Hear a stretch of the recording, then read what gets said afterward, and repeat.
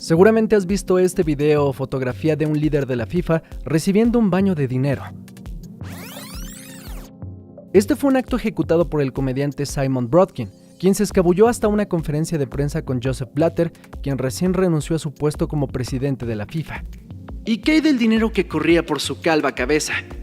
Bueno, esa era una broma o una protesta, pero que sin duda era muy significativa, porque Blatter era el presidente de la Federación Internacional de Fútbol Asociación cuando Qatar ganó la sede del Mundial de Fútbol 2022. Una elección por las cuales varias cabezas importantes de la FIFA serían denunciadas por recibir altas cantidades de dinero. Sobornos para que el Mundial de Fútbol cayera en Qatar. Pero, ¿por qué Qatar se perfila para ser el peor Mundial de Fútbol de la historia? En 1930 se celebró la primera Copa del Mundo de Fútbol en Uruguay. Esto después de varias competencias olímpicas que inspiraron a Jules Rimet para crear un torneo que uniera a los mejores países del mundo. Uruguay, siendo el país más destacado en las Olimpiadas de esos años, fue la sede del evento, conmemorando también su aniversario de independencia. La primera justa mundialista la ganó Uruguay contra Argentina 4-2. Desde entonces, la Copa del Mundo de Fútbol ha mutado mucho, al grado de ser el evento deportivo más visto en la faz de la Tierra. En Rusia 2018, el combinado de espectadores del Mundial fue de 3.572 millones, más de la mitad de habitantes del planeta. Es por eso que en recientes años, el ser organizador del Mundial es algo muy importante. Más que por la derrama económica, es por el posicionamiento que obtiene el país y percepción pública que se genera tras este evento. Eso nos lleva a los últimos dos mundiales, que fueron anunciados juntos el mismo día. El 2 de diciembre de 2010, Joseph Blatter anunció que Rusia organizaría el Mundial de 2018 y Qatar el de 2022. En ambos casos se reportaron actos de corrupción y de compra de votos de parte de altos mandos de Qatar y de Rusia para obtener el puesto de organizadores.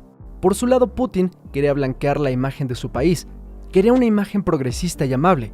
Ahí, Roman Abramovich, quien era dueño del Chelsea, fue una pieza fundamental para obtener el Mundial de Rusia. Aunque todos los esfuerzos de blanquear el país se esfumaron rápidamente tras la crisis de Ucrania, donde Abramovich tuvo que vender su club de fútbol al no ser bienvenido en Reino Unido y ser básicamente un enemigo de Estado.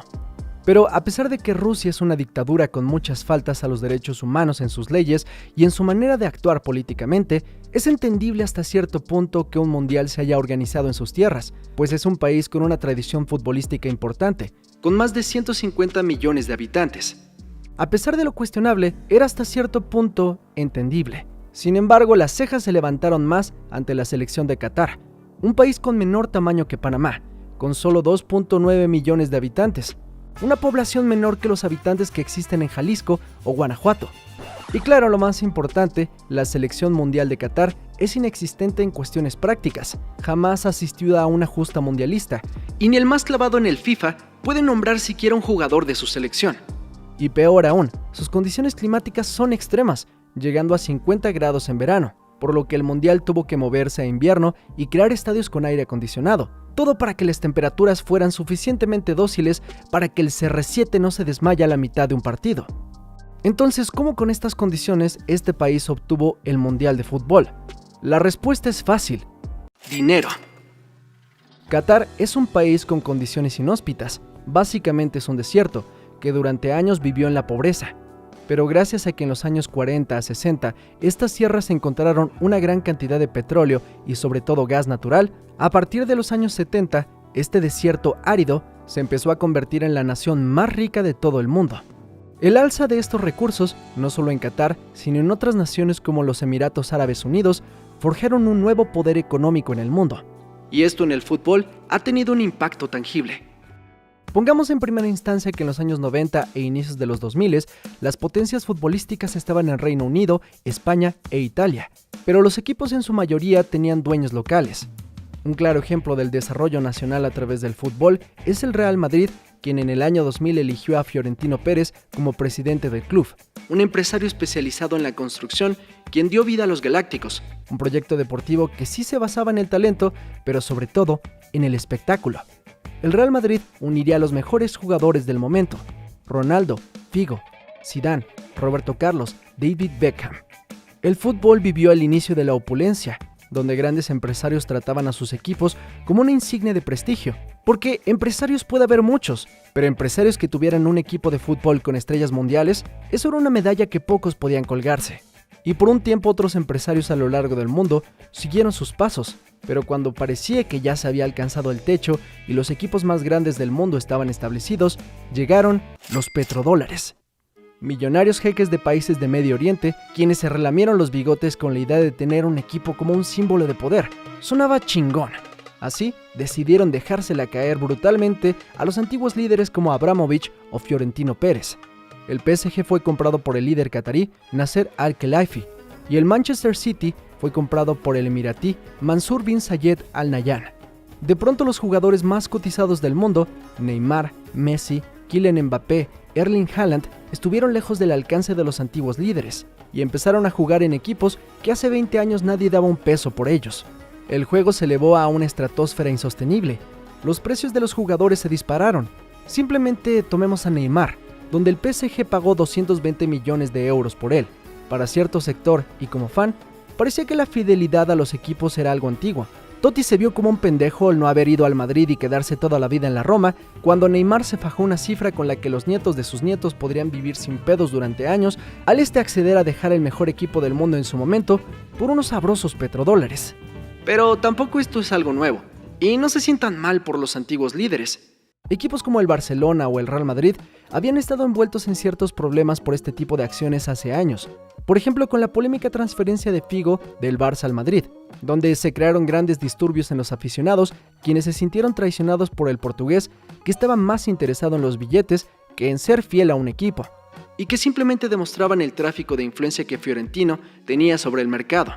Y claro, en el caso del Barcelona, después de crear una generación de oro surgida de la cantera, su presidente Josep María Bartomeu, el cual es perseguido actualmente por la justicia debido a corrupción, desperdició los 220 millones de dólares que le pagaron por Neymar, comprando jugadores como Coutinho o Dembélé, que costaron 145 y 100 millones de euros respectivamente, sin tener ninguna repercusión deportiva con ellos, que terminaron con una crisis financiera en el equipo, donde tuvieron que dejar ir al mejor jugador de su historia, dejándolo justo ir a la casa de los catarís, que se estaban comiendo el mandado de todos. Pero con toda esta desviación, ¿qué hace que Qatar sea el peor mundial de la historia? En cuestiones realistas, el fútbol estaba manchado desde hace años, con el Madrid, el Barça y el Chelsea siendo equipos con tráfico de influencias políticas y corrupción, liderados por hombres como Josep María Bartomeu y Roman Abramovich, que ahora son perseguidos por la justicia. Sin duda el fútbol tenía años de mostrar signos de corrupción, incluso en mundiales pasados, como el de Alemania, en donde el periodista Declan Hill fue testigo de cómo la mafia rusa aseguró haber amañado partidos del mundial. Sin embargo, el caso de Qatar denota que la corrupción ya ni siquiera trata de ocultarse bajo el agua. Flagrantemente se han comprado los últimos mundiales con la intención de que el país organizador, más que ganar dinero inmediato, compre la validación internacional a través de un evento que maquilla la profunda descomposición social y desigualdad económica que viven sus pobladores, así como el enriquecimiento desmedido de unos cuantos para el sufrimiento de los muchos. Pero hablemos de Qatar. Siendo un país con musulmanes fundamentalistas, bastante extremistas, se ha prohibido que durante la visita al país los visitantes tengan sexo fuera del matrimonio. Y que las personas LGBT muestren signos de afecto en lugares públicos. Y claro, mucho menos tener relaciones sexuales, ya que este tipo de actos pueden ser acreedores a una pena no inferior a 1 año en prisión. Y muchos dirán, son sus valores, son sus decisiones y tradiciones como país y deben de respetarse. Esto podría ser válido hasta que se escarba más y notamos que Qatar tiene un nulo interés en todo lo relacionado a los derechos humanos. Donde por ejemplo vimos como una mujer mexicana llamada Paola Schiete-Cat, que viajó en 2020 para formar parte de la organización del Mundial, sufrió un abuso sexual en 2021 y al denunciar esta agresión, la policía local la culpó de sexo extramarital y la sentenciaron a 7 años de prisión y 100 latigazos, diciéndole que su pena sería perdonada si se casaba con su agresor. Afortunadamente, con la intervención de la Cancillería mexicana, el proceso legal ha concluido a su favor, pero esto demuestra la vulnerabilidad que puede tener un visitante en este país, una muestra del pisoteo a los derechos humanos que se da en Qatar. Hablando de la creación de estadios, esto acarreó a un montón de inmigrantes a trabajar sin descanso durante años en los inhóspitos terrenos del desierto para construir estadios sufriendo graves abusos laborales. Según el periódico The Guardian, 6.500 personas han fallecido desde que se anunció a Qatar como sede mundialista. Aunque claro, Qatar no tiene cifras claras ni tiene la intención de esclarecer estas acusaciones cabalmente. Después de todo esto, es claro que cuando digo que este es el peor mundial de la historia, no me refiero al aspecto del fútbol, sino a todo lo que lo rodea. Un círculo de poder con políticos que están tratando de ocultar una realidad en un país absolutamente negro. ¿Y qué hacemos? ¿No deberíamos de ver el mundial? Sinceramente sería ingenuo pensar que desde hace mucho el fútbol no está envuelto en un círculo de corrupción asqueroso, donde unos cuantos hombres han jugado con la ilusión de millones. Personalmente hace tiempo me alejé del fútbol cuando vi que muchos jugadores como directivos estaban más preocupados por cuál iba a ser su salario el año entrante que por dedicarse a ser los mejores profesionales que podían. Ejemplos como Neymar demuestran que es más importante el branding y el dinero que llegar a explotar el potencial que tienen como deportistas. El show vale más que el deporte, las apariencias. Sin embargo, aún dentro de todo, el fútbol ha sobrevivido por esos pequeños momentos en donde se asoma la verdad.